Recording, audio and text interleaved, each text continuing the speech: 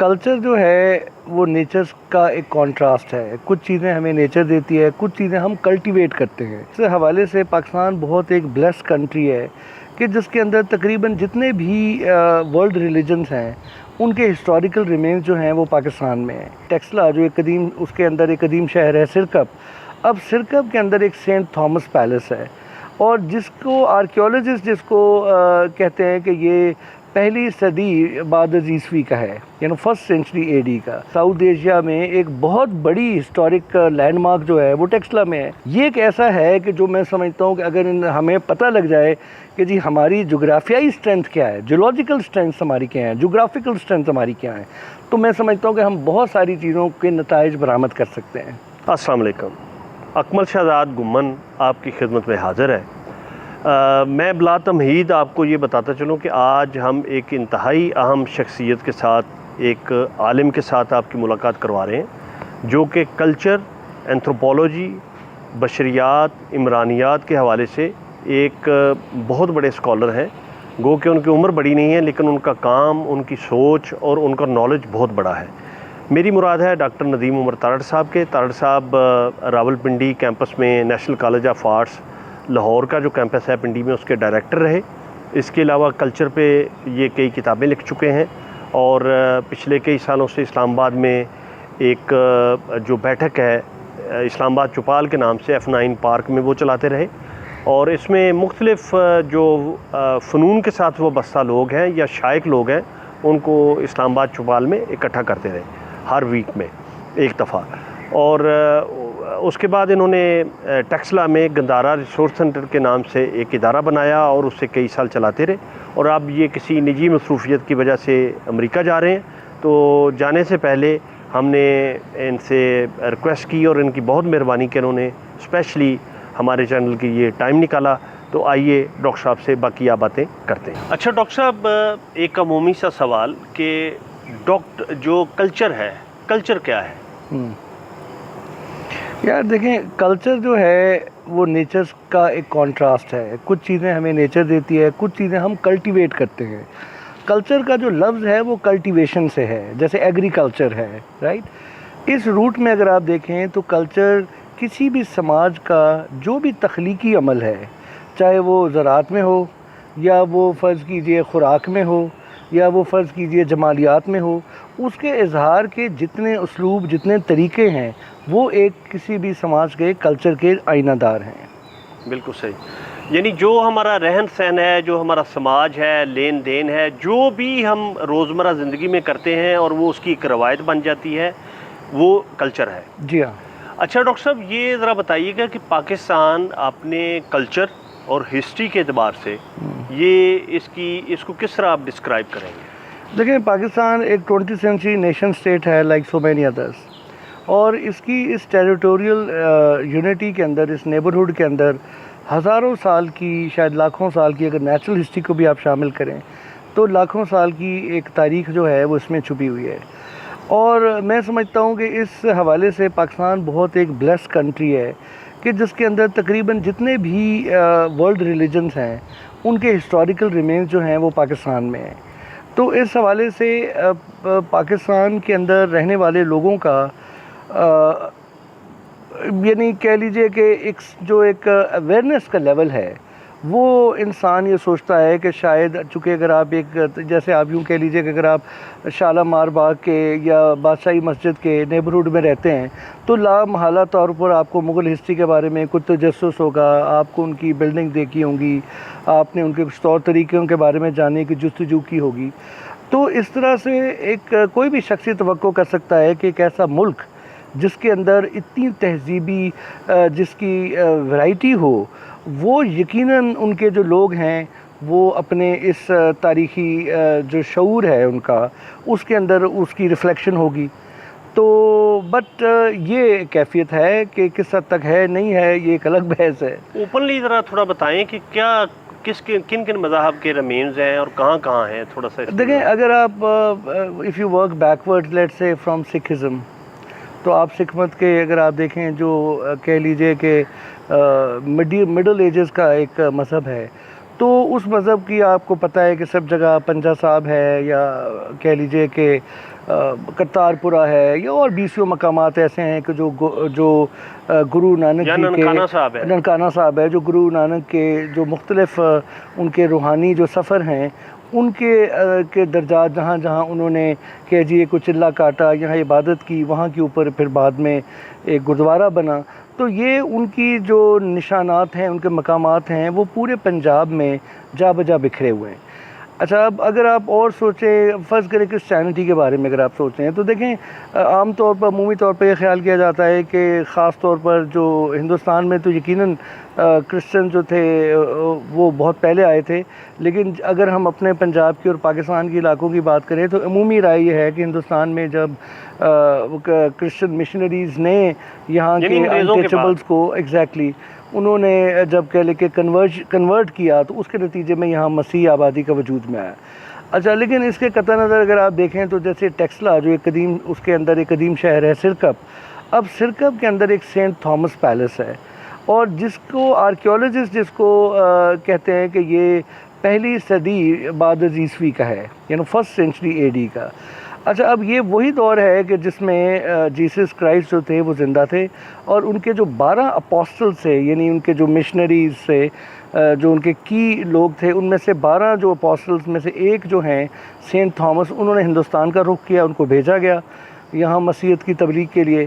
اور ایک کہہ لیجئے کہ ایک لیجنڈری ہسٹری اس کی یہ ہے کہ انہوں نے 100 اے ڈی میں جب وہ یہاں ٹیکسلا آئے تو انہوں نے ٹیکسلا کے بادشاہ جو تھا اس کو بھی انہوں نے وہ مذہب اس نے اختیار کر لیا اور ٹیکسلا کی پوری آبادی کرسچن ہو گئی.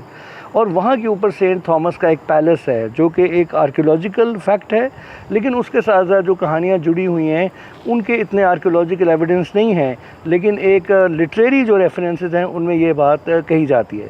تو کہنے کا مقصد یہ ہے تو کرسچنز کی آپ یوں کہہ لیجئے کہ ساؤتھ ایشیا میں ایک بہت بڑی ہسٹورک لینڈ مارک جو ہے وہ ٹیکسلا میں ہے. اس کے کوئی ریمینز بھی ہیں؟ آف کورس اس کے ریمینز ہیں. سینٹ تھامس کا جو پیلس ہے اس کا پورا کورٹ یارڈ ہے اور آج بھی 3 جولائی کو ہر سال جو سینٹ تھامس کا جو فیسٹ ہوتا ہے, فیسٹ آف سینٹ تھامس, اس کے لیے وہاں سیلیبریشنز ہوتی ہیں.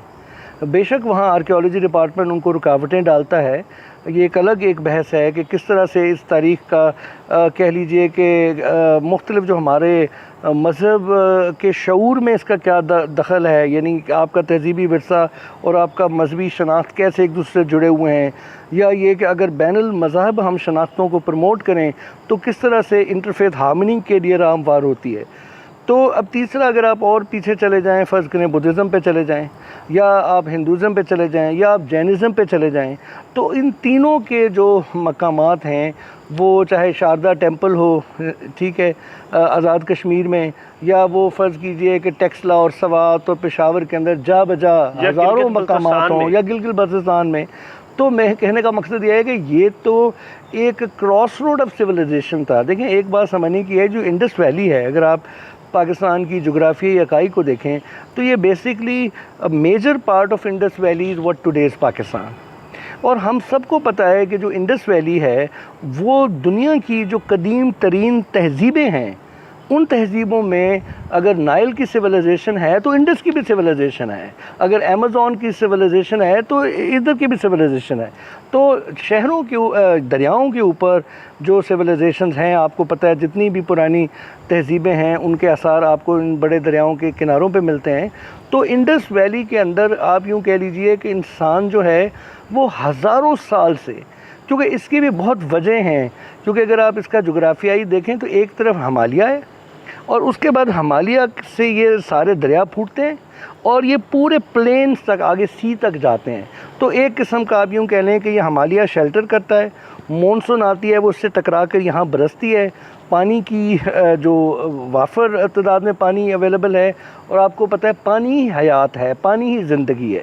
تو اس میں آپ کی دیکھیے کہ ایگریکلچر جو ہے وہ ہمیشہ ہو سکتی ہے, کتنے سارے موسم ہیں, کتنے سارے پھل ہیں. تو اس کے نتیجے میں یعنی میں کہنا چاہتا ہوں کہ ہماری جو آج کی موجودہ جو جغرافیہ ہے وہ یقیناً تبدیلیاں اس کے اندر ہزاروں سال میں آئی ہوں گی، لیکن بہرحال اس کے جو بنیادی خد و خال ہیں، جہاں پہاڑ ہیں وہ آج بھی پہاڑ ہیں، جہاں دریا ہیں وہ آج بھی دریا ہیں. ٹھیک ہے، جو ہم نے اریگیشن، کینال اریگیشن کے ذریعے بہت سارے یہ جو بار تھے، جو نومیڈک پاپولیشن جہاں رہتی تھی، ان کو ہم نے ایگریکلچرل فیلڈز میں کنورٹ کر دیا، لیکن سٹل جہاں ریگستان ہے وہاں ریگستان ہے. تو کہنے کا مقصد یہ ہے کہ اگر بلوچستان کو پورا آپ دیکھ لیں، اس طرح سے اربنائزیشن وہاں نہیں ہو سکی، وہ آدھا پاکستان ہے، ہر وہ کتنا بڑا ایک پلین ہے. تو کہنے کا مقصد یہ ہے کہ یہ وہ خطہ ہے جہاں پر قدرت نے ایسے مواقع فراہم کیے، نہ یہ بہت سرد ہے نہ یہ بہت گرم ہے، معتدل موسم ہے. گرمی میں یہ مطلب برف نہیں پڑتی، یا یعنی سردیوں میں برف نہیں پڑتی، یا گرمیوں میں کوئی اتنا قہر نہیں ٹوٹتا، لوگ زندہ رہ سکتے ہیں. پھر پانی اویلیبل ہے، اسے کاشتکاری ہو سکتی ہے، پھر اسے جانوروں کا چارہ اگایا جا سکتا ہے. تو پورا ایک ایکو سسٹم یہاں کا ایسا تھا کہ جہاں کے اوپر ارلیسٹ ہیومن جو ہیں، جن کے پاس اس طرح ایڈوانس ٹیکنالوجی نہیں تھی، جن کے پاس کوئی شیلٹر نہیں تھا، جن کے پاس وہ چیزیں نہیں تھیں، چاہے وہ کیوز میں رہتے تھے یا وہ جنگلوں میں رہتے تھے یا وہ جھونپڑیاں بنا کے رہتے، لیکن وہ زندہ رہے اور اپنی نسلوں کا اضافہ کر سکے. تو یہ جو ہمارا ایک جغرافیائی ورثہ ہے، یہ ایک ایسا ہے کہ جو میں سمجھتا ہوں کہ اگر ہمیں پتہ لگ جائے کہ جی ہماری جغرافیائی سٹرینتھ کیا ہے، جیولوجیکل سٹرینتھ ہماری کیا ہیں، جغرافیکل سٹرینتھ ہماری کیا ہیں، تو میں سمجھتا ہوں کہ ہم بہت ساری چیزوں کے نتائج برآمد کر سکتے ہیں. یعنی ہمارے پاس ہم ایک، آپ سمجھے کہ ایک خزانے کے اوپر یا ایک اثاثے کے اوپر بیٹھے ہوئے ہیں. بالکل، یعنی in terms of nature and in terms of culture as well. یعنی کہ یہ ایک حقیقت ہے، one is not just blowing one's pipe. ٹھیک ہے، اپنا بچہ تو سب کو پیارا لگتا ہے، اپنا ملک سب کو اچھا لگتا ہے، لیکن اگر آپ پاکستان کے جغرافیے کی اور پاکستان کی جو ڈیپ کلچرل ہسٹری ہے، اس کا اگر آپ سویلائزیشنل یا کلچرل کمپیریزن بھی کریں یا انٹرنیشنل کمپیریزن بھی کریں، تو آپ کا ملک ایسا ملک ہے کہ جو بہت سے ملکوں کی نسبت از بلیسڈ. دیکھیں افغانستان کو دیکھ لیں، it's a land lock country ہے، نہ ان کے سمندر لگتا ہے نہ ان کو کچھ. آپ کے یہاں سمندر بھی ہے، آپ کے یہاں پہاڑ بھی ہیں، آپ کے یہاں ریگستان بھی ہیں، آپ کے اتنے بڑے دریا بھی ہیں. تو جب اللہ نے آپ کو اتنی قدرتی وسائل بھی دیے، اور پھر آپ کی یہ بھی نہیں ہے کہ افریقہ کی طرح یہ انگریز یہ سمجھتے کہ یہ انڈیا جو ہے کہ ڈارک کانٹیننٹ. تو انڈیا کے جب وہ ہندوستان میں انگریز آتے ہیں تو جو ارلیسٹ اورینٹلسٹ ہیں، یعنی 18ویں 19ویں صدی کے، they were in awe of Indian history, Indian knowledge, جو اورینٹلسٹ تھے. ٹھیک ہے، مکالے سے پہلے کے جو لوگ تھے جیسے ولیم جونز ہیں، جنہوں نے ساری یہ کتابیں جتنی بھی سنسکرت کی کتابیں تھیں، قدیم اور زبانوں میں کتابیں تھیں، ان کے تراجم کیے. انگریز کیوں؟ وہ سیکھنا چاہتے تھے. اب اگر آپ کمپیریبلی دیکھیں افریقہ میں، حالانکہ جو یہ جہالت تھی کہ افریقہ کے بارے میں یہ سمجھنا کہ it's a dark continent, Hegel نے کہا کہ it's a continent without history, جو کہ ایک بہت بڑی جہلانہ سٹیٹمنٹ تھی، بہت بڑی امپیریل سٹیٹمنٹ تھی. لیکن وہ اس لیے دے سکے کہ وہاں کے اوپر بظاہر اتنے بڑے بڑے تاج محل، اتنے بڑے قلعے، اتنے بڑی چیزیں نہیں ان کو ملیں، جس کی وجہ سے انہوں نے کہا کہ یہ لوگ کچھ نہیں تھے. تو کہنے کا مقصد یہ ہے کہ اگر آپ ویسے آپ سوڈان کی ہسٹری دیکھ لیں، اگر آپ یہ ایجپٹ کی ہسٹری دیکھ لیں، ایجپٹ از افریقہ، رائٹ. تو میرا مقصد ہے کہ افریقہ کے اندر تو تہذیبیں، قدیم ترین تہذیبیں تو افریقہ سے پھوٹی ہیں. انسان کی جو آغاز ہے انسانی نسل کا، وہ افریقہ سے ہوا ہے. Europe was too cold. یعنی یورپ کے اندر تو اگر فرض کریں 10 بندے یا 100 بندے زندہ رہ سکتے تو افریقہ میں 1000 بندے زندہ رہ سکتے تھے. اچھا ڈاکٹر صاحب، ایک میں ذرا یہ بات پوچھنا چاہ رہا ہوں کہ دیکھیں بالکل ہمارے ہمسائے میں چائنا ہے، جی بیچ میں چلے ہمالیہ ہے، ہاں جی، لیکن کو ہماری بہت زیادہ کلچرل ٹائز نہیں اس کے ساتھ کوئی ہسٹوریکلی. اس کی کیا وجہ ہے؟ دیکھیں China for a very long time has been an isolated country. آپ کو پتہ ہوگا کہ 19ویں صدی تک آپ نے سنا ہوگا اوپیم وارز آف چائنا. یعنی جو ایسٹ انڈیا کمپنی تھی وہ چائنا کے ساتھ ٹریڈ کرنا چاہتی تھی، تو چائنا نے کہا ہم نہیں ٹریڈ کرتے تمہارے ساتھ. انہوں نے جو یورپین یہ جو برٹش شپس تھے ان کو اپنی بندرگاہوں سے آگے نہیں جانے دیا. تو اس کے بعد کیا ہوا، کیونکہ یہ ان کو اوپیم سیل کر رہے تھے، وہ کہتے کہ اٹس ڈیٹرمنٹل ٹو آر ہیلتھ، ہمیں نہیں چاہیے تمہاری اوپیم جو یہاں اگائی جاتی تھی ہندوستان میں اور چین جا کے بیچی جاتی تھی. تو ایک پوائنٹ آیا، چین نے اپنے دروازے بند کر دیے، انہوں نے کہا ہم ٹریڈ نہیں کرتے. انہوں نے جنگ شروع کر دی، یعنی کہ زور زبردستی سے ہمارے ساتھ ٹریڈ کرو. اچھا ایک بات تو میں سمجھتا ہوں کہ چائنا جو ہے وہ چونکہ بہت عرصے تک مجھے ایسے لگتا ہے کہ وہ ایک جغرافیائی وحدت رہی ہے، مطلب وہ ان کا تعلق یقین، لیکن جیوگرافیکل آئسولیشن، جغرافیکل آئسولیشن اگر آپ بالکل آپ صحیح کہہ رہے ہیں وہ رہی ہے، لیکن اس کے ساتھ اور کچھ ہے. The entire silk route originated from China and linked it to Europe, to Rome. تو کہنے کا مقصد یہ ہے کہ یہ جو سارا یہ نہیں تھا کہ چائنا کس طرح سلک یعنی روٹ، دیکھیں نا ایک میں آپ کو عرض کرنا چاہتا ہوں. پہلی بات تو یہ ہے کہ دیکھیں چائنیز کی جو ایک اپنی جو ہسٹوریکل سویلائزیشن ہے نا، وہ ایسی ہے کہ چائنا نے سوائے کہہ لیجیے کہ کچھ مطلب میرا اراؤنڈ 19th سینچری جاپان کو جب کالونائز کیا، ٹھیک ہے، تو that was probably their limit. لیکن چین کے اندر جو قبائل تھے وہ تو پھر سینٹرل ایشیا میں آئے، اور سینٹرل ایشیا سے وہ ہندوستان پہ بھی انہوں نے حملے کیے، یعنی چینی نسل جو قبائل تھے، یعنی ایون غالباً یعنی نسلی طور پر کچھ قبائل آگے پیچھے گئے، لیکن جو چین کے جو بادشاہ تھے انہوں نے اپنے بارڈرز کو ڈیفینڈ کیا for a very long time. یہ جو جب انہوں نے دیکھیں سلک ایک ایسی چیز تھی، کپڑے کی اگر آپ تاریخ کو پر دیکھیں تو کپڑے کی تاریخ کی کہانی سے یہ ہے کہ کپڑا جو تھا وہ ایک بہت ہی ایکسپینسو کلچرل پروڈکٹ تھا، ٹھیک ہے. اچھا، اور اس کے اندر تمام کپڑوں سے آپ کو پتہ ہے جو کاٹن ہے انڈس کا، وہ یوں کہہ لیں کہ گریک جو نوبل سے وہ انڈس کاٹن پہنتے تھے، ٹھیک ہے. سو کاٹن آپ کو پتہ ہے کہ گرمیوں کے اندر اگر آپ نے کاٹن کا کوئی کرتا پہنا ہو تو اٹس ویری ایری، ٹھیک ہے، وہ برید کر رہا ہوتا ہے وہ فیبرک جو ہے، تو گرمی کا احساس اس طرح نہیں ہوتا. اور جو سلک یہ جو روم میں آ رہا تھا چائنا سے، اس کی نسبت سے یہ ایک پریفر تھا کیونکہ سلک از ویری وارم. اچھا، اب کہنے کا مقصد یہ ہے کہ چین نے یہ کی جتنی ایجادات ہیں، چاہے وہ کاغذ کی ایجاد ہو یا گن پاؤڈر کی ایجاد ہو یا اور بیسیوں ایسی ایجادات ہیں جو قدیم تہذیبوں میں سب سے زیادہ سائنس اینڈ ٹیکنالوجی جو ہے اس کا آغاز جو ہے وہ کہاں سے ہوا؟ وہ چین سے ہوا، ٹھیک ہے. تو چین نے یقیناً اپنی ٹرمز پہ دنیا سے ٹریڈ کیا. انہوں نے سوچا کہ دیکھیں سلک جو ہے وہ صرف چائنا میں تھا، اور صدیوں تک چین نے جو سلک ورم ہے وہ اپنے بارڈر سے نکلنے نہیں دیا کہ ایسا نہ ہو کہ کوئی غیر ملکی تاجر جو ہے وہ آ کر تو وہ کر لے.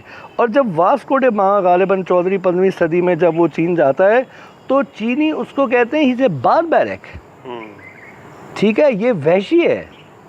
اس کے مقابلے میں وہ یورپین اس وقت وحشی تھے چینیوں کے مقابلے میں. چین کا جو کہہ لیں کہ ان کے جو محلات تھے، ان کے جو عادات و ادبار تھے، جو ان کی خوراک تھی، جو ان کا رہن سہن تھا، اور اجتماعی طور پر جو رائلٹی تھی وہ اتنی کہہ لیجئے کہ ویل ڈیولپڈ تھی، ان کے اسٹیٹکس اور ان کے آرٹ اور ان کے لٹریچر، ان کی پوئٹری، کہ ان کے لیے تو یورپین باربیرین تھے، ٹھیک ہے، جو جانوروں کی کھالوں کے کپڑے پہنتے ہیں، اور یہ لوگ سلک پہنتے تھے. تو سلک جو ہے یعنی سلک صرف دنیا میں چائنا میں تھا، اور سلک وارم بھی کہیں نہیں تھا. سلک وارم بھی نہیں تھا، یہ بھی ایک چائنیز انوینشن تھی. اور اس کے اوپر جو ٹیکنالوجی ہے پوری اس سلک وارم سے کپڑا بنانے کی، پہلے وہ اس کا دھاگا بنتا ہے، پھر وہ ویو ہوتا ہے، تو ویونگ اور جو فیبرک کی ڈیولپمنٹ ہے اس کے اندر بھی چین کا بہت نام ہے. پھر جتنی آپ کو پتہ ہے پینٹنگز ہیں چائنا میں وہ سلک پہ ہوتی ہے، چائنیز سلک پینٹنگ، ٹھیک ہے. تو بادشاہ بھی کیلیگرافی کرتے تھے، عام عوام بھی کرتے تھے. So China was a civilization to reckon with in the ancient world as well. اچھا، اب کہنے کا مقصد یہ ہے کہ یہ جو سلک روٹ کا ٹریڈ ہے، اس کو سلک روٹ اسی وجہ سے کہتے ہیں کہ primarily silk was the most expensive product on the commodity on the silk route being exchange. یعنی یہاں سے اگر سلک جا رہا ہے تو وہاں سے پتہ نہیں کچھ اور آتے ہو گئے، جیسے ہندوستان سے مسالے جا رہے تھے. تو کہنے کا مقصد یہ ہے کہ یہ سارا جو ٹریڈنگ لنک ہے، سو ان کی اس طرح سے جغرافیائی شاید آئسولیشن میں نہیں ہے، but they did interacted on own terms. یعنی دیکھیں چین نے جیسے کپڑا یہ بنا لیا کاغذ. اب کاغذ اگر مسلمانوں تک نہیں آتا، وہ بھی ایک چینی ایک جنگ ہارے، پتہ نہیں کون سی جنگ تھی جو عربوں سے ہارے، اس کے نتیجے میں جو چائنیز پرزنر تھے ان کو کہا گیا کہ بھئی یہ ان کو لکھنا پڑھنا سکھائیں ہمارے لوگوں کو، تب ان کو چھوڑیں گے. تو وہاں سے وہ کاغذ اور یہ چیزیں جو ہیں وہ وجود میں آئیں اور اسلامک ورلڈ میں گئیں. اچھا ڈاکٹر صاحب، ہم بات کر رہے تھے کہ پاکستان کی جو کلچرل ریچنس ہے، تو اس میں پاکستان کو تو آئسولیٹ نہیں کیا جا سکتا. اگر پورا بر صغیر کی بات کی جائے تو پھر آپ اس کو کس طرح ڈسکرائب کریں گے؟ دیکھیں بیسکلی تو ہم مور اور لیس بر صغیر کے اس حصے کی بات کر رہے ہیں کہ جو گینگیز پلین سے فرق ہے. ایک گنگا جمنا کی تہذیب ہے، ایک انڈس ویلی کی تہذیب ہے. اور ایک حادثاتی طور پر آپ یوں کہہ لیں کہ جس ملک کا نام انڈیا ہونا چاہیے تھا اس کا نام پاکستان ہے. جو the word India used to refer to Indus, Sindhu سے Indu, right, and Indian India, right. تو کہنے کا مقصد یہ ہے کہ اگر جو انڈس ویلی کا اگر کسی کا ہسٹوریکل کلیم ہے تو وہ پاکستان کا ہے جغرافیائی طور پر. تو اگر لیکن بدقسمتی کیا ہوتی ہے کہ ہندوستان نے نام اپنا ہندوستان رکھا, انڈیا نہیں رکھا. India is not the official word for India, the official word is Bharat. ٹھیک ہے. تو کہنے کا مقصد یہ ہے کہ بھارت وہ انہوں نے اس لیے اپنے کہا کہ وہ مہا بھارتا سے جڑتا ہے. ٹھیک ہے. تو انہوں نے پوری کی پوری جو اپنی ہندو جو لینیج ہے اس کو انووک کیا. تو لامحالہ طور پر ہمارے جو بزرگ تھے انہوں نے اپنے پاکستانیت, اپنے اسلامک جو ویلیوز تھیں یا اس کا وہ لینیج جو ہے اس کو ہائی لائٹ کیا, اور پاکستان کا لفظ جو ہے وہ قابل قبول ہو گیا. ورنہ اگر دیکھا جائے تو اصل ہندوستان کے وارث تو ہم ہیں. بالکل صحیح, جو پاکستان کی سائڈ پہ, جو پاکستان کی سائڈ پہ. ٹھیک ہے. دیکھیں اب آپ ہر اعتبار سے اگر آپ دیکھ لیں تو گنگا جمنا کی تہذیب, جیسے بہت سارے اسکالرز نے بھی کہا, لیکن یہ لگتا ہے ایسے کہ بھئی یہ چیزیں دو الگ الگ راستے تھے جن کے اوپر لوگ چلتے رہے نا. تو اس لحاظ سے میں سمجھتا ہوں کہ باقی جو rest of India is very diverse. ٹھیک ہے. اگر آپ اس کے اندر دیکھیں تو ہندوستان کے جتنی زبانیں آگے گنگا جمنا اور دوسری جو ساؤتھ انڈیا میں ٹوٹل ملا کے ہندوستان میں بولی جاتی ہیں اتنی تو انڈس ویلی میں نہیں ہے. تو انڈس ویلی تو پھر اگر آپ دیکھیں تو ایک ریلیٹیولی کتنی 4 زبانیں ہوں گی, 5 کر لیں گے, 6 کر لیں گے. ٹھیک ہے. لیکن ہندوستان کا تو یہ حال نہیں ہے, ان کی آبادی بھی زیادہ ہے, ان کا جغرافیہ بہت زیادہ ہے. 20-21 کے قریب زبانیں ہیں, جیسے گلگت بلتستان میں 6-7 زبانیں ہیں. دیکھیں آپ ادھر گلگت جی بی کو آپ انکلوڈ کر لیں تو وہ یقیناً ہوتی ہے, پھر آپ آزاد کشمیر کو بھی کر لیں, ایک مثال ہے. لیکن میرا کہنے کا مقصد یہ ہے کہ جو مین لینڈ پاکستان ہے سوٹو سے, اس کے اندر تو کتنی کو زبانیں ہیں جتنی یعنی لنگوسٹک ویرائٹی انڈیا کے اندر ہے. اور انہوں نے اس ڈائیورسٹی کو پھر جس طرح سے اپنے نیشن سٹیٹ کے اندر انکارپوریٹ کیا ہے وہ ہم نہیں کر سکے. ہم نے یہ کیا کہ ہم نے لسانی شناخت کو لسانی فرقہ پرستی سے جوڑ دیا. حالانکہ ہر زبان بولنے والے کا حق ہے کہ اس کی زبان کے اندر اس کے بچے تعلیم حاصل کریں, یا تعلیم کی وہ زبان ہو اور وہ کی زبان ہو, تو اور زبانیں بھی اس میں ہو سکتی ہیں, لیکن ایک مادری زبان کا حق تو آپ ختم نہیں کر سکتے. تو کہنے کا مقصد یہ ہے کہ مجھے ایسا لگتا ہے کہ انڈیا نے اپنا بہرحال ادھر بھی کانفلکٹس ہیں, یہ نہیں ہے وہاں لینگویج رائٹس نہیں ہے یا وہاں کلاس رائٹس نہیں ہے, دلت نہیں اس پہ شور مچا رہے یا مسلمانوں کے ساتھ نہیں ہو رہا, وہ سب کچھ ہے. لیکن ایک فریم ورک تو طے ہوتا ہے جس کے اندر پہ حقوق کی جنگ ہوتی ہے. ہمارے ہاں تو بدقسمتی یہ ہے کہ کوئی فریم ورک نہیں طے ہوا کہ جی کیا کس زبان کے کیا حقوق ہیں, کیا ہم نے کوئی کانسٹیٹیوشن کے اندر ان کی کوئی ریفلیکٹ کیا ہے, نہیں کیا, جو پروونسز کا کیا سٹیٹ ہے. تو ہمارے ہاں مجھے ایسے کبھی کبھی لگتا ہے کہ ہمارے ہاں کوئی بھی بحث جو ہے وہ سیٹلڈ نہیں ہے. یعنی ہم بچپن میں نوجوانی میں بحثیں سنتے تھے کہ اسلام اور سیکولرزم, ٹھیک ہے, پھر بزرگوں نے بتایا کہ جی سیکولرزم لادینیت نہیں ہے. ٹھیک ہے. تو کہنے کا مقصد یہ ہے کہ جو اگر ہم جو بنیادی ووکیبلری ہے, جو ہماری فکری سوچ کی غماز ہے, اگر ہم اس کو طے نہیں کر سکے تو بھائی ہم نے کیا فکری سفر طے کرنا ہے.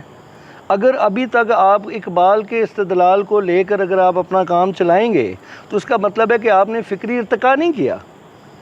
میری بات ہم نے یعنی ایک قسم کی ہوتی ہے نا کہ ہیرو ورشپ یا پیر پرستی یا ایڈیالوگز کی جو رسپیکٹ ہوتی ہے, اس کے نتیجے میں ہم نے کرٹیکل انکوائری کے سارے راستے بند کر دیے. ہم نے بڑے بڑے بت بنا لیے اور ہم سارے اس کو پوچھتے ہیں مسلمان, اور مسلمان تو تحقیق اور علم اور جستجو اور یہ ساری چیزوں کی مذہب آپ کو ترغیب دیتا ہے. لیکن آپ مذہبی بحثوں میں بھی آپ دیکھ لیں کہ ہم نے دم بند کر دیے دروازے.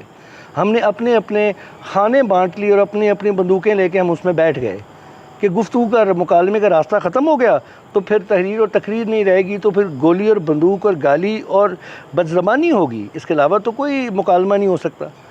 تو میں سمجھتا ہوں کہ انڈیا نے پھر بھی, میں دیکھتا ہوں ان کے انٹلیکچوئل سے بھی میرا رابطہ رہتا ہے, سب کچھ ہو رہا ہے, لیکن بہرحال وہاں کچھ فریم ورک ہیں کہ کچھ ایسی باتیں ہیں کہ جو طے شدہ ہیں. یہاں پہ کوئی بھی بحث طے نہیں ہے.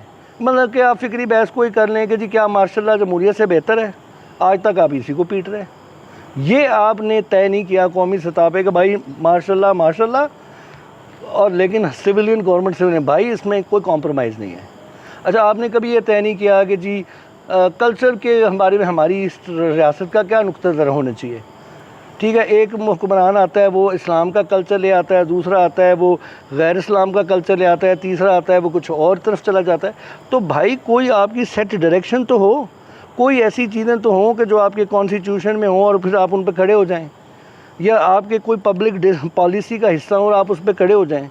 تو ہمارے ہاں یہ دیکھتے ہیں کہ ہر حکومت کی اپنی سوچ ہے، ہر پارٹی کی اپنی سوچ ہے، کوئی ایک اور عوام ہے، ان کے اتنے گروہ ہیں اور ان کے اتنے گروہی اختلافات ہیں کہ کوئی قسم، اور جو فکری طور پر اتنے منتشر ہیں کہ کسی ایک چیز کے اوپر آپ مطلب 100 بندوں کو بھی اکٹھا نہیں کر سکتے، ہر بندہ اپنی ڈیڑھ اینٹ کی مسجد بنائے گا۔ تو میں سمجھتا ہوں کہ ہمارا، مجھے ایسے کبھی کبھی لگتا ہے کہ ہمارا جو فکری ارتقاء ہے بحیثیت من حیث القوم، کہ کچھ فکر دیکھیں امریکن نیشن کو اگر آپ فرض کریں آپ دیکھیں تو کچھ چیزیں ہیں کہ جو انہوں نے طے کر لی ہیں ان کے بابوں نے، اور پھر باقی نسلیں کہتی ہیں کہ ہم نے طے کر لیا، ہم اسے ہٹیں گے نہیں، ہم اس کو کریں گے چاہے اس کے لیے جو بھی قربانی دینی پڑے۔ تو کہنے کا مقصد یہ ہے کہ یہاں کے اوپر تو کوئی بھی چیز طے نہیں ہے۔ اب یہ آپ نے 73 کا آئین بنا لیا بڑی مشکل سے، اس کے بعد آپ نے 73,000 اس میں ترمیمیں کر دیں، تو کیا اس 73 کے آئین کو آپ پوچھیں گے جا کے؟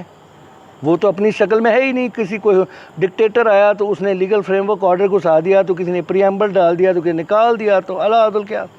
تو میرا مقصد ہے کہ ہمارا جو سماجی ڈھانچہ ہے اگر وہ کسی انتشار کا منتشر ہو رہا ہے تو ہماری سوچیں بھی اس طرح منتشر ہو رہی ہیں۔ ہماری صرف سیاست ہی انتشار میں نہیں ہے، ہمارے ذہن بھی انتشار میں ہے۔ اور کسی قسم کی مجھے آپ بتا دیں کہ جیسے اسکول آف تھاٹ ہوتے ہیں کہ جی فرض کریں مارکسزم کے اندر یہ اسکول آف تھاٹ ہے، یا ایک کسی اور مذہبی طور کے اوپر یہ اسکول آف تھاٹ ہے اور یہ اس کے فالوئنگ ہے، یہ چیزیں ساری مکس اینڈ میچ ہوتی ہیں۔ کبھی وہی مذہبی لوگ ایک ایسی بات کر رہے ہوتے ہیں کہ آپ حیران ہو جاتے ہیں کہ ان کی مذہبی گفتگو کے اندر تو اس چیز کی گنجائش ہی نہیں ہے، لیکن وہ گنجائش پیدا کر لی جاتی ہے، موم کی ناک کی طرح جیسے مرضی آپ چیزوں کو موڑ لیں۔ تو مجھے لگتا ہے کہ ہم لوگ we are going in circles, یعنی ایک جیسے ایک ہوتا ہے نا کہ سم کائنڈ آف، کوئی میں نہیں کہہ رہا کہ سفر ہے تیز تر اور حرکت ہے آہستہ آہستہ، یہ ایک آسیب کا سایہ ہے، یہ بالکل ہے۔ تو اس کو ہمیں ایڈریس کرنا چاہیے۔ اور ہماری پھر پاکستانیوں کی ایک اور بڑی ماشاءاللہ اچھی بات ہے کہ ہم جیسے کہتے ہیں نا کہ ہم اپنے منہ میاں مٹھو بننے کے بہت شوقین ہیں۔ دیکھیں میں آنیسٹلی بتاؤں، میں نے ایک تجربہ کیا ہے کہ آپ اگر کسی غیر ملکی سے پوچھیں نا کہ بھئی میں محسوس نہیں کروں گا کہ آپ ہمارے بارے میں اگر کوئی ایسی بات کریں گے، آپ کھل کے بتائیں کہ آپ ہم لوگوں کے بارے میں کیا سمجھتے ہو، اور میں ریکارڈ بھی نہیں کروں گا اور میں کسی کو بتاؤں گا بھی نہیں۔ فرض کیجئے پھر وہ آپ کو جو رائے دے گا نا، آپ کو چہرہ نظر آئے گا اس میں اپنا۔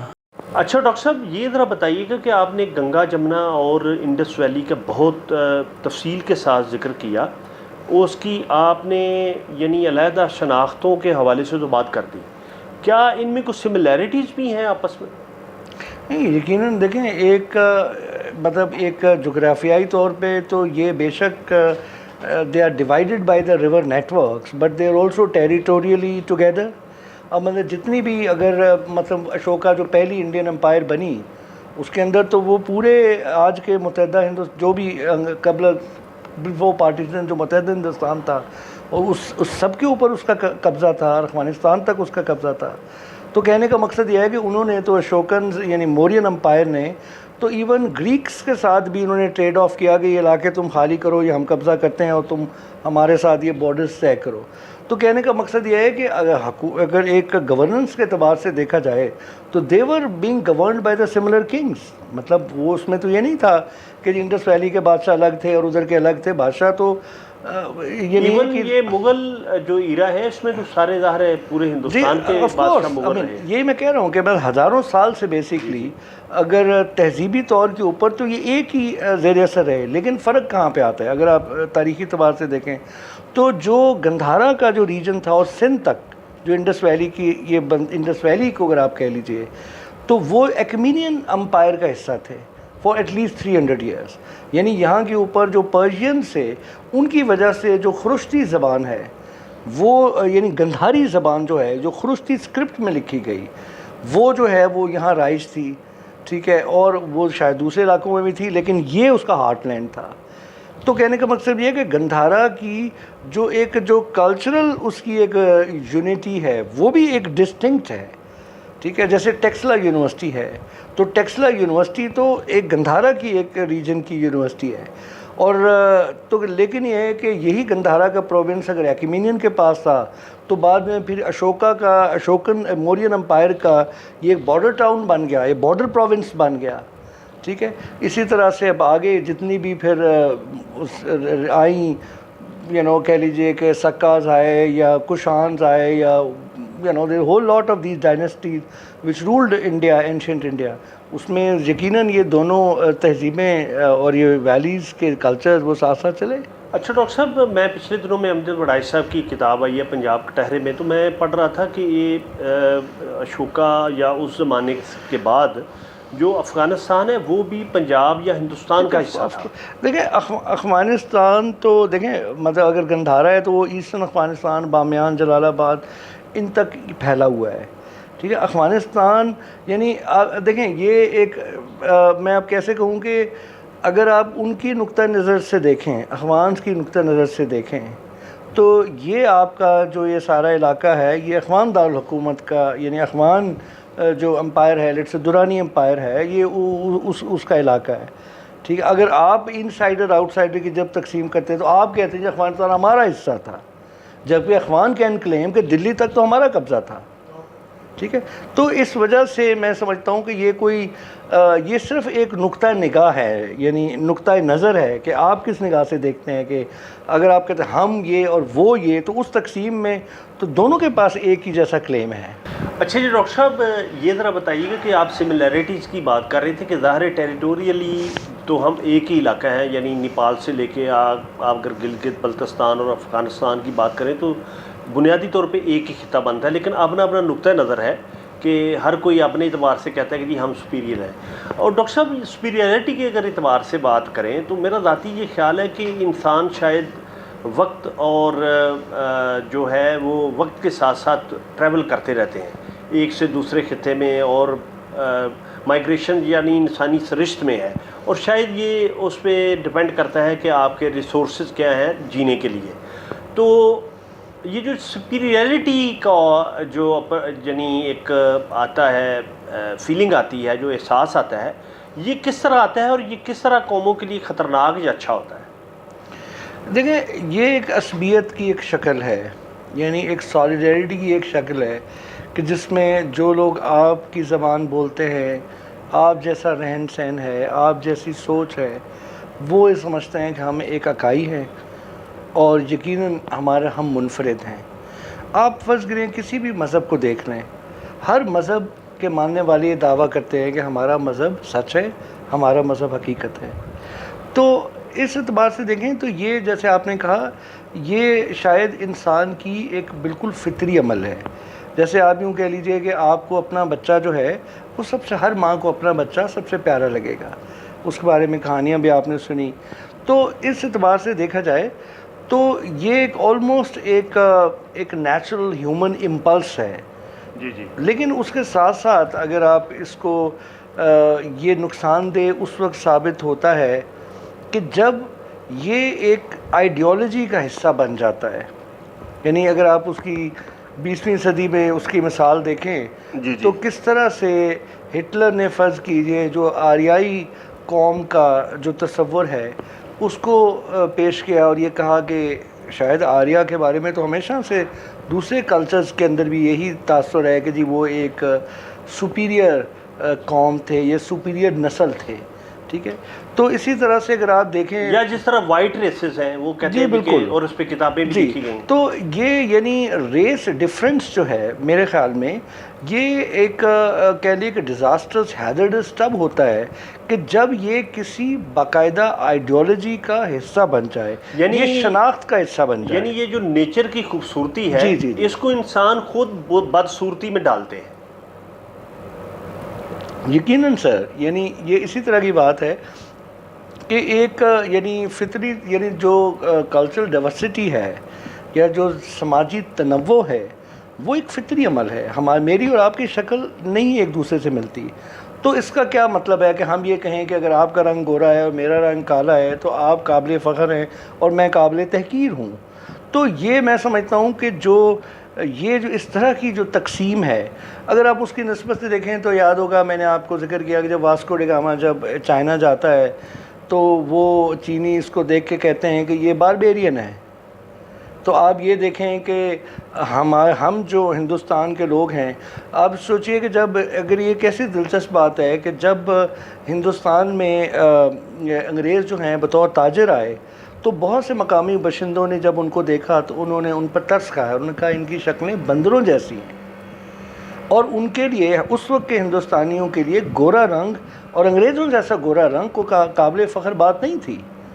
ان کو وہ سمجھتے تھے کہ ان کو کوئی جلد کی بیماری ہے. ابھی آپ دیکھیں کہ 2 صدیوں کے بعد ہم میں سے ہر بندہ جو ہے وہ گورے سے گورا رنگ اختیار کرنا چاہتا ہے. ہم گورے لوگوں کو پسند کرتے ہیں، ہم گوری عورتوں کو پسند کرتے ہیں. تو یہ ایک جو کہہ لیجئے کہ یہ جو احساس کمتری جو پیدا ہوا، وہ احساس برتری، کسی اور کے احساس برتری کی وجہ سے آپ کے اندر یہ احساس کمتری پیدا ہوا. اور میں سمجھتا ہوں کہ یہاں اس حوالے سے ریسزم یعنی racial difference is something else and racism is something else.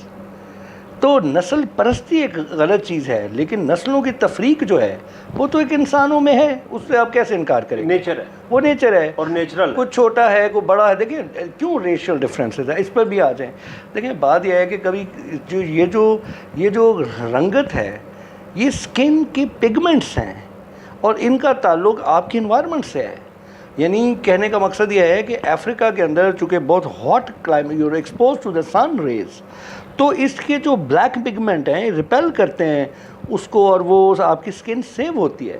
اس کے مقابلے میں جو وائٹ سکن ہے وہ برن ہو جاتی ہے. جو یہ گورے جا کے بیچ پہ جو سن باتھ لیتے ہیں وہ کیا ہے، ٹھیک ہے. تو کہنے کا مقصد یہ ہے کہ لیکن اس ایک یعنی انوائرمنٹل فیکٹر کی وجہ سے اگر آپ کا فزیکل پروفائل بنتا ہے تو یہ کس طرح سے کوئی بڑا یا چھوٹا ہو سکتا ہے. آپ میری بات سمجھیں نا. تو کہنے کا مقصد یہ ہے کہ جو نسلی تفریق ہے، نسلوں میں تفریق تو ہے، کوئی گورا ہے، کوئی کالا ہے، کوئی چٹا ہے، کوئی چپٹا ہے، کچھ چھوٹا ہے، ٹھیک ہے، چھوٹا ہے، کچھ قومیں چھوٹے قد کی ہیں، کچھ بڑے قد کی ہیں، اعلیٰ حاصل کے آس. تو یہ تنوع میں تو کوئی برائی نہیں ہے اگر ہم اس کی طرف توجہ کریں تو. لیکن یہ جب اس کی بنیاد کے اوپر آپ انسانوں کی تفریق شروع کر دیتے ہیں، جب یہ کہتے ہیں کہ گورے اور کالے کو ایک جیسے حقوق نہیں مل سکتے، تو وہ نسل پرستی ہے. اور وہ اگر آپ کی ریاست کے اس ڈسکورس میں شامل ہو جائے تو وہ ایک آئیڈیالوجی کے طور پر آپ کی سوسائٹی کو ستیہ ناش کر دیتی ہے. اچھا ڈاکٹر صاحب، اسی بات کو ذرا آگے بڑھاتے ہیں کہ یہ جو آج کل ایک انڈیا میں تو ششی تھرور نے اس حوالے سے بہت کام کیا، اور ہمارے ہاں یہ ایک عمومی طور پہ تاثر پایا جاتا ہے جی کہ جو انگریز تھے وہ بڑے سپیریئر تھے اور انہوں نے آ کے ہماری تہذیب کو اٹھایا یا انہوں نے یہاں بڑی بہتری کی. اور ہمارے بہت سے لوگ کمپلیکس کا شکار ہیں کہ اگر گورے نہ آتے تو آج ٹرین نہ ہوتی، اور جو ہمارے بادشاہ تھے وہ راگ راگریاں سنتے رہے اور انہوں نے محل بنانے کے علاوہ کچھ نہیں کیا.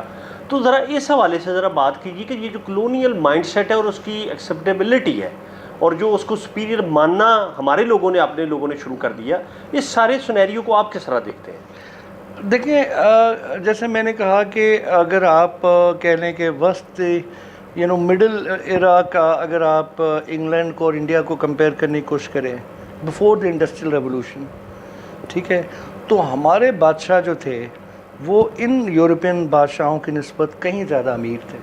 یہ شہنشاہ تھے، they were kings of the kings. یعنی ہمارے ایک نواب کی کے پاس اتنی عددی اکثریت یا عددی وہ نہیں، they had a greater resources basically compared to even their kings. Our princes were equal to their kings. ٹھیک ہے. اچھا، تو اس اعتبار سے اگر آپ دیکھیں تو میڈیول ایرا کا میڈیول ایرا کا جو انگلینڈ اور جو ہندوستان ہے اس کے اندر اگر آپ اس کا تقابلی جائزہ لیں تو ہندوستان تو ایک سونے کی چڑیا تھا. ہندوستان کے لوگ تو بہت امیر تھے، ہندوستان کے لوگ تو ان کا کلائمیٹ بہت اچھا تھا، ان کو سن ملتا تھا سارے سال میں، وہ 20 فصلیں اگا سکتے تھے. تو اور یورپ میں کیا تھا؟ یعنی آئرش فیمن جو 19 سینچری میں ہوئی، اس کے نتیجے میں ہزاروں لاکھوں لوگ مر گئے کیونکہ خوراک نہیں تھی. اور یہ اگر امریکہ سے جو اس ٹائم فتح ہو چکا تھا کولمبس کے بعد، اگر آلو لا کے آئرلینڈ میں کاشت نہ کیے جاتے تو پوری آئرلینڈ کی آبادی تب بھوک سے مر جاتی. تو کہنے کا مقصد یہ ہے کہ یہ تو اس زمین کی زرخیزی کا عالم ہے کہ جو اپنے گھر میں مطلب اس علاقے میں لوگوں کو فیڈ نہیں کر سکتی، تو پھر لوگ کیا کریں گے؟ لوگ باہر کے علاقوں کا رخ کریں گے. تو کبھی کبھی مجھے ایسے لگتا ہے کہ ہندوستانیوں کو ضرورت ہی نہیں تھی کہ وہ جا کے کسی اور جگہ قبضہ کرے، کیونکہ سب کچھ تو تھا. ان کو کیا ضرورت تھی؟ ان کے پاس تاجر بھی آ رہے تھے، ان کے پاس سمندر بھی تھے، ان کے پاس دریا کھلیان بھی تھے، ان کے پاس تو سب کچھ تھا. تو وہ کیوں جاتے یورپ؟ اس یورپ میں جاتے جہاں سال کے 8 مہینے 10 مہینے سمجھو ٹھنڈ رہتی ہے، برف پڑتی ہے، پانی نہیں ہے، ایک مشکل زندگی ہے. تو اس مشکل زندگی کی نسبت میں لوگ تو یہاں موج کر رہے تھے، 4 کپڑے پہنتے تھے، ننگے گھومتے تھے، یا جو بھی وہ کرتے تھے. نومیڈک پاپولیشن تھی، کم از کم وہ ایک لائف سپورٹ سسٹم کے اندر تھے. People were not dining of hunger in India. اور یہ جب انگریز آئیں تو ماشاءاللہ کیا ہوتا ہے، قحط بڑھتے ہیں ہندوستان کے اندر. یہ سارا کا سارا یہاں کا ہندوستان کے اندر جو تجارت کرتے ہیں وہ ساری اپنا اس کو ڈرین آف ویلتھ کہتے ہیں جس کو. تو کتنا کچھ یہ لوگ لوٹ کے لے گئے. اب بادشاہوں کے خزانوں سے لے کر امیر ٹیپو سلطان کے تاج اور خزانے اور اس کی چیزیں، کیا میں چیزیں گنواؤں کہ جو جا کے انہوں نے لوٹ کے وہاں اپنی ملکہ برطانیہ کے گھروں میں اور ان کے محلات میں اور ان کے اپنے میوزیم میں تمغوں کے طور پر سجائے. تو ان میں انگریزوں کو اس چیز کا کوئی احساس مطلب شرم نہیں ہے ان کے اندر کہ ہم نے اقوام عالم کو لوٹا ہے. اور وہ بڑے فخر سے برٹش میوزیم کو ایسے وہ پیش کرتے ہیں کہ جیسے انہوں نے گھر سے نکال کے وہ چیزیں رکھی ہیں، جبکہ دنیا کے مطلب ہے کہ 70% علاقوں سے وہ چیزیں چرا کے تو انہوں نے زور زبردستی سے وہاں پر سجائی ہوئی ہیں. تو کہنے کا مقصد یہ ہے کہ مجھے تو اس چیز پہ حیرت ہوتی ہے کہ ایک لٹیروں کی قوم تھی جو آ کے پورے ہندوستان کو، پورے افریقہ کو وہ دیمک کی طرح چاٹ گئی. اگر آپ فرینچ کے مظالم دیکھیں، یعنی اگر آپ کلونیلزم کی تاریخ دیکھیں تو صرف ان انگریزوں تک تو محدود نہیں ہے. ان فرانسیسیوں نے کیا کیا، انہوں نے الجیریا میں کیا کیا. ٹھیک ہے، تو میرا مقصد ہے پورچیگیز کو آپ دیکھ لیں، ڈچ کو دیکھ لیں، یہ جتنے بھی لوگ ہیں، جتنے بھی یورپ میں اقوام ہیں، ان کا ماضی تو بہت داغدار ہے. ان کو تو اپنے ماضی پر شرم کرنی چاہیے، بجائے کہ وہ فخر سے کہیں کہ جی ہم دنیا میں حکمرانی کرتے رہے. اور ہمارے ہندوستانی دیکھیں، کوئی یہ نہیں سمجھتا کہ جب تک ہندوستان اس دھرتی پہ بیٹھا تھا، ہندوستان کے اوپر انگریز بیٹھے تھے، تو they were ruling it with iron fist. جو یہاں پنجاب کا جو پہلا لیفٹنٹ گورنر اور یہ وہ جو صاحب تھے، ان کا موٹو جو ان کا مجسمہ لگا ہوا تھا لاہور میں، ان کا موٹو اس کے نیچے لکھا تھا will you like to be ruled by the pen اور بائی دا سورڈ. ایک ہاتھ اس کا قلم تھا، ایک ہاتھ میں اس کی تلوار تھی. اور یہ ان کا نظام تھا کہ یہاں جو جان نکلسن، جس کا یہ ماگلال کے اوپر ٹاور اوبلسک لگی ہوئی ہے ٹیکسلا کے اسلام بارڈر پہ، تو اگر آپ دیکھیں وہ اوبلسک، جان نکلسن وہ بندہ تھا کہ جو یہاں کے اوپر بنوں میں ڈپٹی کمشنر تھا جب وہاں 1857 میں دلی فورٹ جو تھا انڈر سیج تھا. تو یہ لوگ جو ہیں وہاں پہ گئے اور انہوں نے دلی فورٹ کو اٹیک کیا اور اس کے بعد مغل بادشاہوں کو قتل عام کر کے تو یہ وہاں مارا گیا. لیکن آپ یہ دیکھیں کہ جب یہ ڈپٹی کمشنر تھا تو ان کا عالم یہ تھا کہ یہ کسی ایک سردار نے کوئی ڈس اوبیڈینس کی، یہ اب گھوڑے پہ بیٹھا، ادھر گیا، ادھر اس کا سر کاٹا، اپنی ٹوکری میں ڈالا اور اپنے ٹیبل پہ لا کے رکھ دیا اس کا سر کاٹ کے، اور اس کے بعد سرداروں کو بلایا کہ آؤ میرے ساتھ نیگوشیٹ کرو. تو اس طرح کا بے رحمی کا اور لوگوں کو مطلب کچلنے کا جو نظام ہے، اس کی سختی کے بارے میں یہ ہمارے آج کی نسل نہیں جانتی کہ colonialism was not a bed of roses for God sake. ہاں، آپ انڈمان آئلینڈ کی کبھی آٹو بایوگرافیز پڑھیں، آپ کا دل دہل جائے. یعنی آپ تصور نہیں کر سکتے کہ انہوں نے، یعنی اٹ ریئلی ہرٹس یو کہ یار اتنا جبر کا نظام ہم پہ طائی رکھا اور آج ہم اس کی تعریف کریں. یہ کیا ہے؟ مطلب آپ اس پہ سوچیں نا. یہ انڈمان کی میں آپ کو بتاؤں، آپ سوچیں کہ انڈمان آئلینڈ کے اندر ایسے لوگوں کو لے جایا گیا جو صحافی تھے آپ جیسے، جو کچھ لکھاری تھے، جو شاعر تھے، وہ کہ کرمنل نہیں تھے, وہ ہندوستان کی آزادی کی بات کر رہے تھے. اور انڈمان آئلینڈ کیسے آباد کیا کہ انڈمان آئلینڈ کے اندر یہ سارے کے سارے جو قبائل تھے وہ ان کو جو شروع کی کھیپ گئی, ان کو جا کے کہا کہ پہلے جنگل کلیئر کرو. جب وہ جنگل میں جاتے تو قبائل ان کو مارتے تھے, تو وہ مرتے مارتے انہوں نے جنگل کلیئر کیے, ہزاروں سینکڑوں بندے اس طرح سے مر گئے. ہاں, اسی طرح انہوں نے آسٹریلیا میں کیا, اسی طرح انہوں نے ساؤتھ افریقہ میں کیا.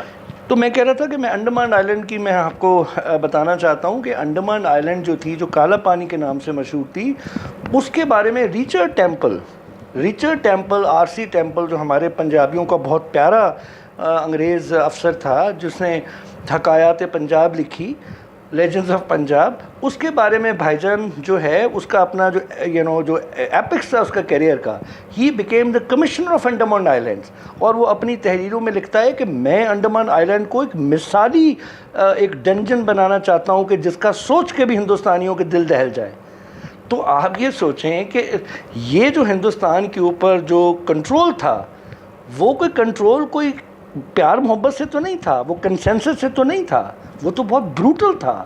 جلیاں والا باغ کو اگر آپ سوچ لیں کہ انہوں نے کیا کیا, اگر آپ سینکڑوں بندوں کو آپ بغیر کسی ریمورس کے, بغیر کسی اکاؤنٹیبلٹی کے اگر آپ مار سکتے ہیں, تو آپ افراد کے ساتھ کیا کر سکتے ہیں. تو میرا کہنے کا مقصد یہ ہے, the violence of colonialism, the physical violence of colonialism, اور ناٹ ٹو ریفر ٹو جو اس کو آشیش ندی ایپسٹمک وائلنس کہتا ہے, جو نالج سسٹم کے ساتھ ہوا. تو میرا مقصد ہے کہ دس از بروٹل.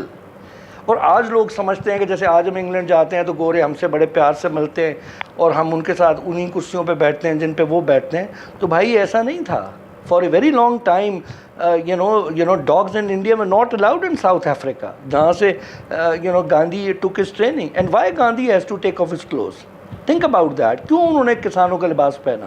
وہ اس وجہ سے پہنا کہ ان کو اندازہ تھا, یعنی جیسے آپ یہ سوچیں کہ انگریزوں نے اس قوم کی, ہندوستانی قوم کی تذلیل کے لیے کوئی, جسے کہتے ہیں کہ کوئی they left no stone unturned, کوئی کسر نہیں چھوڑی.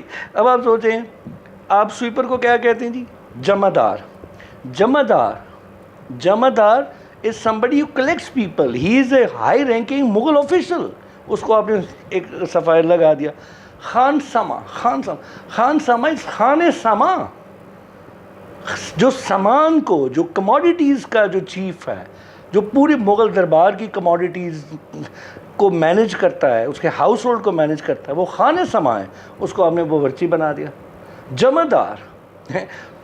تو میرا کہنے کا مقصد یہ ہے, ہمارے جو اشرافیہ یا شرفا کا جو ڈریس تھا, پگ جو تھی, اس کو آپ نے اپنے بیروں کو پہنا دیا. اس سے زیادہ تذلیل ہو سکتی ہے؟ تو اور ہماری آپ مطلب کہہ لیجئے کہ ذہنی اور غلامی کا آپ اندازہ کریں کہ آج بھی جتنے سرکاری ادارے ہیں, چاہے وہ سینٹ ہے, چاہے وہ پاکستان کی قومی اسمبلی ہے, چاہے وہ پاکستان کا جم خانہ ہے, ان سب کے اندر جو اٹائر ہے جو ویٹر کا, وہ کیا ہے؟ وہ پگ ہے اور ایچکن ہے. ہمارے بزرگ پگ اور ایچکن پہنتے تھے, وہ فخر محسوس کرتے تھے. اب ہم سوٹ پہنتے ہیں اور اس پر فخر محسوس کرتے ہیں, اور ہم نے اپنے ملازموں کو اپنے بزرگوں کا لباس پہنا دیا انگریزوں نے, ہمیں کوئی تکلیف نہیں ہے. اچھا ڈاکٹر صاحب, ایک تو یہ یعنی یہ جو بروٹیلٹی ہو گئی جو انگریزوں نے یا جو کلونیل ماسٹرز تھے انہوں نے مختلف خطوں میں کی, جیسے فرینچ تھے, اٹالین تھے, ڈچ تھے, یا جو کوئی بھی تھے. اور ایک یہ کہ کیا دنیا میں کوئی ایسی تاریخ ہے کہ کوئی جو اس سفیر سے نکل آیا کوئی قوم, کلونیل مائنڈ سیٹ ایک حکمران طبقات نے مختلف ممالک میں اپنا لیا, کیا کوئی ملک اس سے نکلا بھی ہے؟ دیکھیں, کہنے کا مقصد یہ ہے کہ اگر آپ دیکھیں تو افریقہ کے اندر جتنا ریڈیکل تھاٹ ہے, ٹھیک ہے, اگر آپ دیکھیں فرانس فینان کو دیکھیں, البرٹ میمی کو دیکھیں, آپ ان کی تحریریں دیکھیں, ان کا یاد ہے ایک بہت مشہور کتاب ہوتی تھی ہماری جوانی میں جس کو فرانن کی جو ٹرانسلیٹ ہوئی, استاد گان خاک, ٹھیک ہے. اب میرا کہنے کا مقصد یہ ہے کہ جتنا بھی جو فکری آزادی کا, جو ذہنی غلامی سے اب جسمانی غلامی سے تو نکل گئے, لیکن بات تو ذہنی غلامی کی ہو رہی ہے. اگر اداروں کی غلامی کی ہو رہی ہے, وہ جو سارا ایک اوور آل کرنا تھا سسٹم کو, یا ہم نے سسٹم کو آلموسٹ ری انوینٹ کرنا تھا فار نیشنل لبریشن پالیٹکس. وہ تو جن تحریروں میں, یعنی ان کے لیے تو چلو فینن ہے افریقہ کے بعد, ہمارے پاس کون ہے؟ آپ مجھے کسی ایک مفکر کا نام بتا دیں جس نے تحریکی طور پر, فکری طور پر, چند ہمارے استاد ضرور ہیں, لیکن میں ایک عمومی طور پر کہہ رہا ہوں کہ پاکستان کی 70 سالہ تاریخ میں آپ کتنے نام نکال سکیں گے ایسے جنہوں نے جو کلونیل جو ایک مائنڈ سیٹ ہے اس کو کوشچن کیا ہو. ہم نے تو کلونیلزم کے جتنے بھی آرٹیکلز ہیں ان کو تو ہم نے منوان تسلیم کر لیا, اپنے قوانین میں ان کو رہنے دیا, اپنے کانسٹیٹیوشن میں رہنے دیا, اپنے اداروں میں رہنے دیا, ہمارا وہیں رہنے دیا. تو ہمارے ہاں تو فینون نہیں آیا, ٹھیک ہے, ہمارے ہاں تو البرٹ میمی نہیں ہے, ہمارے پاس تو آشیش نندی بھی نہیں ہے, جو ہندوستان کے اندر میں سمجھتا ہوں کہ ایک کلونیلزم کے اوپر, اس کی سائیکالوجی کے اوپر ایک بڑی پاورفل کریٹیک ہے. ہمارے پاس تو سبالٹن ہسٹورینز بھی نہیں ہیں, ٹھیک ہے, ہمارے پاس تو پاتا چیٹرجی بھی نہیں ہے. یو نو واٹ آئی مین. تو کہنے کا مقصد یہ ہے کہ ہماری جو انٹلیکچوئل کالونائزیشن ہے وہ بہت پرویسو ہے, یعنی وہ اتنی گہری ہے. یہ ایسی بات ہے کہ کبھی آپ سوچیں کہ اگر آپ کسی مچھلی سے پوچھیں کہ پانی کا کیا رنگ ہے, پانی کا کوئی رنگ نہیں ہے, لیکن پانی کا رنگ تو ہوتا ہے. وہ تو اس یونیورس میں رہتی ہے, یعنی اس کو تو اب ہم کہیں کہ یہ فضا کیسی ہے, میں بھی کوئی باہر سے آئے گا تو وہ لگے گا یار تم لوگوں کی فضا. جب بھی کوئی دوسرے کلچر سے آپ ایک کلچر میں جاتے ہیں تو پھر کلچرل ڈفرینسز آپ کو نظر آتے ہیں کہ یار ہمارے کلچر میں ایسا نہیں ہوتا, ان کے کلچر میں ایسا ہوتا ہے. جب اس کلچر کے اندر رہتے ہیں تو آپ کو پتہ ہی نہیں چلتا, ٹھیک ہے. تو ہمارا یہ ہو گیا ہے کہ ہم اتنی ایک کہہ لیے کہ ایک جیسے قیدی ہوتے ہیں, تو قیدی اگر بہت عرصہ قید رہے تو وہ بھول جاتا ہے, ایک پرندہ اڑنا بھول جاتا ہے پنجرے میں. تو ہماری وہ کیفیت ہے, ہمارے پر بھی کٹے اور ہم اپنی پرواز سے بھی بھول گئے اور ہم اپنی شکل کو بھی بھول گئے. ہمارے ہاں ہر چیز جو ہے وہ مغرب پرستی کے ہی زمرے میں آتی ہے, چاہے وہ فکر ہو, چاہے وہ فیشن ہو, چاہے وہ پالیٹکس ہو, چاہے وہ آئیڈیاز ہو, چاہے وہ ریڈیکل تھنکنگ ہو, یا وہ لیفٹ کی پالیٹکس ہو. It is all but derivative of the west. کوئی مجھے ایک صنف بتا دیں, کسی میوزک میں بتا دیں, کسی اور میں بتا دیں جو ہم نے انوویشن کی ہو, جو ہماری اپنی گراؤنڈ کے اوپر. نہیں, ہماری کلاسیکل موسیقی تو ہمارے نہیں, وہ تو کلاسیکل موسیقی تو جیسے آپ کو ملی ویسے آپ نے چلائی. آپ مجھے بتا دیں کلاسیکل موسیقی میں آپ نے کوئی ایسی اختراع کی ہو, یا اس کلاسیکل موسیقی کو آپ نے ایک ماڈرن میوزک کے اندر بلکہ آپ نے ختم کر دیا. ٹھیک ہے جی, یعنی آپ دیکھیں پورے پاکستان میں ایک سرنگی پلیئر ہے. جی بالکل, دیکھیں, اور جو ہمارے کلاسیکل اپنے بجانے والے تھے سرنگی ہے, یا جیسے جو ہمارے اپنے انسٹرومنٹس ہیں, یا ہمارے اپنی گائکی جو ہے, آپ انگلیوں پہ گن سکتے ہیں کہ کلاسیکل گائک ہمارے ملک میں کتنے رہ گئے ہیں. سر دیکھیں, یہ ایک تو یہ ہے کہ اس ٹریڈیشن کو, اپنی جو اینشنٹ یا کلاسیکل ٹریڈیشن, اس کو پرزرو کرنا. دوسرا میرا کہنے کا مقصد یہ تھا کہ اس کلاسیکل ٹریڈیشن کو بھی اس کے اوپر بلڈ کرنا. یعنی میں آپ کو لیٹ سے مثال دیتا ہوں کہ یورپ کا کلاسیکل میوزک سمفنیز ہے. اب سمفنیز کو سن کے, اس سے انسپائر ہو کے لوگوں نے ماڈرن میوزک بھی تو پروڈیوس کیا ہے نا, جس کا ایک سمفونک مطلب انسپریشن ہے. تو میرا مقصد ہے کہ کلاسیکل میوزک کو من پیش کرنا ایک اور بات ہے. ہمارے نصرت فتح علی خان اگر وہاں گئے, جی جی, یا ہمارے کلاسیکل جو استاد غلام حسن چھگن تھے, وہ فرانس میں ان کی بہت لمبی لمبی ریکارڈنگز ہوئی, یا ہمارے کلاسیکل گویے جب بھی وہاں گئے, یا گانے والے جیسے نصرت نے دنیا میں نام کیا. دیکھیں, یہ ایک کلچرل ایگزاٹسزم کی ایک کیٹیگری مجھے سمجھ میں آتی ہے کہ وہ ہمارا music for the western ear was exotic music, ٹھیک ہے. جیسے ایسے ہی ہے کہ جب پکاسو نے افریقہ میں جا کے پریمیٹیو افریقن آرٹ کو ایز اے پریمیٹیو آرٹ اس نے اپنی پینٹنگز کے اندر استعمال کیا. دس از لائک کینیبلزم, ٹھیک ہے. آپ دوسرے کے کلچر یا ولچرز کی طرح آپ جا رہے, آپ کھوتے ہیں, باقی اس جانور تو چھوڑتے, آپ اڑ کے اپنے اس نشیمن میں آ کے بیٹھ جاتے. میں یہ بات کر رہا ہوں کہ جس طرح سے ہم نے یورپ میں فرض کریں, کیونکہ they took lot of pride in their past which we don't have. یعنی ہم نے اپنے کلاسیکل میوزک کو کاٹ کے ماضی کا مزار بنا دیا. ہم نے کہا کہ یہ جیسی ہے یہ ویسی ہی رہے. آپ نے کھیلوں کو جیسے کشتی تھی, بالکل جیسے کبڈی تھی, یا جتنی بھی لوکل, بالکل, اگر سندھ کا کوئی کھیل ہے یا کے پی کا کوئی کھیل ہے, بلوچستان کا ہے, تو ہم نے اس کو ڈس اون کر دیا. ابھی بالکل آپ نے بڑی اچھی بات کی. اس میں آپ دیکھیں ہماری کون سی پاپولر سپورٹس ہیں اب, cricket. The most colonial of the sports is cricket.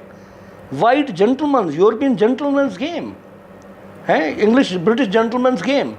تو آپ دیکھیں کہ ہر بندہ جناب کرکٹر ہے جی میاں دار تو عمران خان تو فلانا تو 10 نسلیں جو کرکٹ فینس ہیں اور یہ سارا کچھ اس میں بڑے فخر سے کرتے ہیں. دے ڈو ناٹ ریئلائز کہ یہ تو اگلو لگان فلم دیکھی ہوگی آپ نے. اب لگان کا کیا آئیڈیا ہے؟ انہوں نے منہ پہ مارا ہے تھپڑ کے یہ تم انگریز ہمیں سمجھتے تھے کہ ہم بیٹ نہیں کھیل سکتے تو یہ لو ہم گلی ڈنڈا کھیلنے والے تم کو اڑاتے ہیں. تو وہ بھی ایک ریزسٹنس کی ایک شکل تھی. تو میرا مقصد ہے کہ فلموں میں آپ دیکھ لیں کہ ہم نے کبھی مطلب وہ ایک فرنگی کی حکومت اور اس کے خلاف اس طرح کی جنگجو وہ ایک الگ کہانی ہے. وہ اس طرح کی ریزسٹنس نہیں ہے کہ جو بہت علمی طور کے اوپر آپ کوشچن کر رہے ہیں. وہ تو ایک انہوں نے تمہیں تھپڑ مارا میں ان کو مار دیا, یہ ٹٹ فار ٹیٹ ہے کہ آپ دکھا رہے ہیں جی فرنگی ایسے تھے فرنگی ویسے تھے اور ہم بڑے اچھے تھے. ایسا بھی نہیں تھا. میں صرف یہ عرض کرنا ہی چاہ رہا ہوں کہ ہم نے اپنی جو اسٹیٹک ٹریڈیشنز ہیں ان کو بھی ہم نے ری انوینٹ نہیں کیا. جیسے فرض کریں میں ایک مثال دے دیتا ہوں, منیچر پینٹنگ ہے. منیچر پینٹنگ میں تخلیقی عمل ہوا کیونکہ منیچر پینٹنگ جو ہے وہ نیشنل کالج آف آرٹس میں آ گئی جو میو اسکول آف آرٹس تھا. اچھا جب اس کے اندر آئی تو جو ہمارے نئی نسل تھی جب انہوں نے پرانے طرز کے اوپر مصوری کو دیکھا تو ان کو جستجو پیدا ہوئی, اور اس کے بعد جب انہوں نے کیا تو انہوں نے ویسا نہیں کیا جیسے مغل منیچرسٹ کر رہے تھے. انہوں نے اس کو ری انوینٹ کیا, انہی قوانین کو یوز کیا, انہی ٹیکنیکس کو یوز کیا, انہی فرض کریں کلر کو یوز کیا, اسی پیلٹ کو یوز کیا. لیکن آپ نے اس کے اندر ایک نئی امیجری کریٹ کر دی کہ بجائے کہ وہ rather than be chronicles of the king's life that became a medium for personal expression. لوگوں نے اس میں پالیٹکس کو آرٹیکولیٹ کیا, لوگوں نے اس کے اپنی ذاتی زندگی کو اجاگر کیا, تو وہ ایک ماڈرن آرٹ کی شکل میں آ گیا. تو میرا کہنے کا مقصد یہ ہے کہ بہرحال اگر ہم اپنے کلچر کے ساتھ بھی ہمارا رشتہ پتہ کیسا ہے, یہ اللہ رحم کرے یہ ایسا ہی رشتہ ہے کہ اگر کوئی بچہ ہمارے سے چلا جائے اس دنیا سے اور ہم اس کو اپنی چھاتی سے چمٹا کے بیٹھے رہیں اور یہ سمجھیں کہ ہمارے چمٹانے سے شاید یہ زندہ ہو جائے گا, یہ زندہ نہیں ہوگا. ہمیں اگلے آگے کی سوچ کو بھی سوچنا ہے. سو میرا کہنے کا مقصد یہ ہے کہ چونکہ ہمارا ایک کلچرل ڈسکنیکٹ ہے with our own history, with our own past, with our own tradition, اور اس کلچر کے بارے میں جو مس ریپرزنٹیشنز برٹش نے کریٹ کی, جیسے ایڈورڈ سعید کا اورینٹلزم کا تھیسس ہے کہ they some created a series of misinterpretation about the orient which were then perfected or presented as a historical truth for those people about whom those stories were made. یعنی ہم نے دوسرے الفاظ میں میرا مقصد ہے کہ جو انہوں نے ہمارے کلچر کے بارے میں کہا کہ یہ پریمیٹیو ہے تو ہم نے مان لیا ہم پریمیٹیو ہے. اگر انہوں نے کہا کہ یہ ساری ٹرائبل سوسائٹیز ہیں اور یہ ایتھنک ہے اور ان کے اندر کوئی پولیٹیکل یونٹی نہیں ہے اور ان کے جو حکمران ہیں وہ آٹوکریٹک رولر, تو ہم نے مان لیا. ہم کہتے ہیں کہ جی یہ سکھا شاہی تھی. ابھی رنجیت سنگھ کو دیکھ لیں. اب رنجیت سنگھ جیسا پروگریسو رولر اس ایرا میں تو کوئی نہیں تھا. مطلب وہ یورپین سولجرز کو بھی لا رہا ہے, وہ اپنی جو ملٹری ہے اس کو بھی ڈیفیٹ کر لیتا ہے, اور اپنی ہی لائف ٹائم کے اندر اس نے جتنے بھی مغل ڈسٹرکٹ تھے پنجاب کے سب پہ قبضہ کر لیا. تو کہنے کا مقصد یہ ہے بلکہ کابل سے بھی وہ لگان لیتا تھا. ہاں جی. تو کہنے کا مقصد یہ ہے کہ اس کے پاس کیا تھا, because he had modernise his army. He was, اچھا امیر ٹیپو سلطان کو آپ دیکھ لیں, اس نے کیسے اپنی آرمی کو ماڈرنائز کیا. وہ his army was at par with any European force, لیکن treachery and all of that really played into the ہیں. تو میرا صرف کہنے کا مقصد یہ ہے کہ یہ جو یعنی ہمارا جو ایک کانٹراسٹ ہے, مطلب, اور یہ کہ پھر جب ایک دفعہ وہ قابض ہو گئے تو پھر انہوں نے کہا جی کہ تم تو سارے جاہل تھے اور تمہارے ہاں تو کبھی ہسپتال بھی نہیں تھے. یہ کون کہتا ہے کہ یہاں ہسپتال نہیں تھے, یہاں شفا خانے نہیں تھے, یہاں کتب خانے نہیں تھے, یا علم کی کوئی تاریخ نہیں تھی؟ علم کی تو بہت تاریخ تھی. یہاں کے نوبلز کے پاس اتنی کتابیں تھیں جتنی پورے یورپ کے بادشاہوں کے پاس نہیں تھیں. دیکھیں نا اس طرز پہ بھی اگر آپ سوچنے کی کوشش کریں کہ پرنٹنگ پریس ایجاد ہوتی ہے 15 سینچری میں, تو مجھے بتائیے کہ یورپ میں آتا ہے کاغذ کب؟ 13ویں صدی میں. 13ویں صدی تک یورپین جو تھے چمڑے پہ لکھ رہے تھے, اور یہاں پہ 7ویں 8ویں صدی کے اندر اسلامکیٹ ورلڈ کے اندر عربوں کے پاس آیا. عربوں سے پھر جہاں جہاں عرب امپیریلزم پھیلا وہاں کاغذ بھی پہنچا, ہندوستان میں بھی آ گیا. یہاں سیالکوٹ میں, لاہور میں ادھر ادھر فیکٹریاں لگیں کاغذ بننے کی. کاغذ لائک بیکیم ہوم پروڈکٹ. وہ ڈیزائنرز نے بھی یوز کیا, وہ آرٹیزن نے بھی یوز کیا, وہ کیلیگرافر نے بھی یوز کیا, وہ کاتب نے بھی یوز کیا. تو جو وائڈ اسپریڈ ہے اویلیبلٹی آف پیپر، ٹھیک ہے، اس کی ایک بڑی ہسٹری ہے یہاں بک پروڈکشن کی. اور ہمارے ہاں کہا جاتا ہے بڑے آرام سے ہسبند کرے، او جی اگر اکبر جو ہے وہ پرنٹنگ پریس آنے دیتا تو آج ہم پتہ نہیں کہاں ہوتے. اور ان کو کوئی بندہ پوچھے کہ جس زمانے میں یورپ کے اندر 1000 کتاب تھی نا فرض کریں، اس وقت یہاں اس دھرتی کے اندر 1,00,000 کتاب تھی. ٹھیک ہے، پرنٹنگ اور جس طرح کی اگر آپ جو پری پرنٹ جو بکس دیکھتے ہیں نا یورپ میں، دے آر لٹرڈ ود ایررز، کیونکہ یہاں کے اوپر کتابت کا اور کتاب بننے کا عمل یورپ سے بالکل فرق تھا. یورپ میں عمل کتاب کا یہ تھا کہ ایک کتاب ہے وہ سامنے ہے، اور یہ چونکہ کتابیں جتنی بھی تھیں وہ چرچز کے اندر ہوتی تھیں، اور چرچ کے انٹیریئر آپ کو پتہ ہے there is a very little sunlight even during the day, تو رات کو تو بالکل امکان ہی نہیں ہے. تو ایک شمع کی روشنی میں وہ بندہ ادھر کتاب رکھ رہا ہے اور ادھر اس نے کاغذ رکھا ہوا ہے اور اس پہ وہ لکھ رہا ہے. جب وہ لکھ رہا ہے تو وہ اس کے اندر غلطیاں کر رہا ہے کیونکہ اس کی نظر کمزور ہے، اس کو نظر نہیں آیا. اب وہ لکھ دیتا ہے، وہ لکھ کر جب اس کتاب کو کوئی اور نقل کرتا ہے تو اس نے اگر 10 غلطیاں کی تو وہ 20 غلطیاں کر رہا ہے. تو جب کتاب کی تیسرا ایڈیشن سوچو سے نکلے گا تو اس میں 100 غلطیاں آ چکی ہوں گی.